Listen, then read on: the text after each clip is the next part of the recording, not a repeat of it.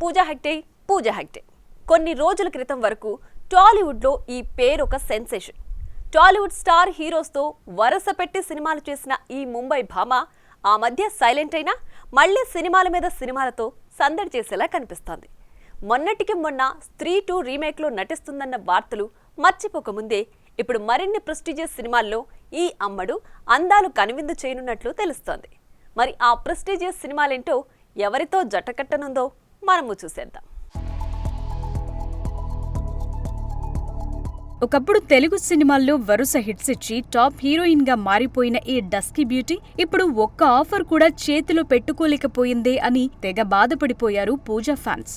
అయితే మీరలా బాధపడితే తట్టుకోలేనంటూ సినిమాల మీద సినిమాలు సైన్ చేస్తోందట ఈ టాలీవుడ్ అరవింద. ఇక లేటెస్ట్ గా విజయ్ హీరోగా తెరకెక్కుతున్న ఆఖరి చిత్రంలో హీరోయిన్ గా పూజాకు ఛాన్స్ వచ్చిందన్న వార్తలు జోరందుకున్నాయి. బేస్ట్ సినిమాలో విజయ్ పూజా కెమిస్ట్రీకి మంచి మార్కులు పడటంతో ఇప్పుడు మరోసారి కలిసి నటిస్తుండటంతో దళపతి 69 మీద అంచనాలు భారీగా పెరిగిపోయాయి.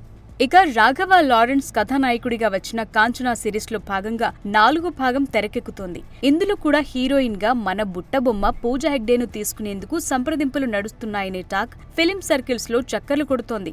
ఈ క్రమంలో ముందుగా మృణాల్ ఠాకూర్, మాళవిక మోహన్ పేర్లు వినిపించినప్పటికీ తాజాగా హీరోయిన్ గా పూజా హెగ్డేను తీసుకునేందుకు సంప్రదింపులు జరుపుతున్నట్టు కోలీవుడ్ వర్గాల సమాచారం. కాగా గోల్డ్ మైన్స్ నిర్మాణ సంస్థ అనేక తమిళ హిట్ చిత్రాలను హిందీలోకి డబ్ చేసి విడుదల చేసింది. ఇప్పుడు దాదాపు 100 కోట్ల భారీ బడ్జెట్ తో ఈ చిత్రాన్ని నిర్మించేందుకు ముందుకు రావటం, అంతేగాక లారెన్స్ ప్రస్తుతం నటిస్తున్న హంటర్ చిత్రాన్ని కూడా ఈ సంస్థే నిర్మిస్తుండటం విశేషం.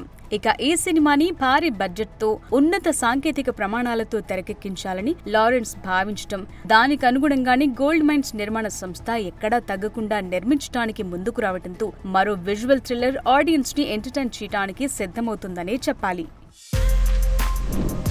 For more videos like this, subscribe Big TV channel.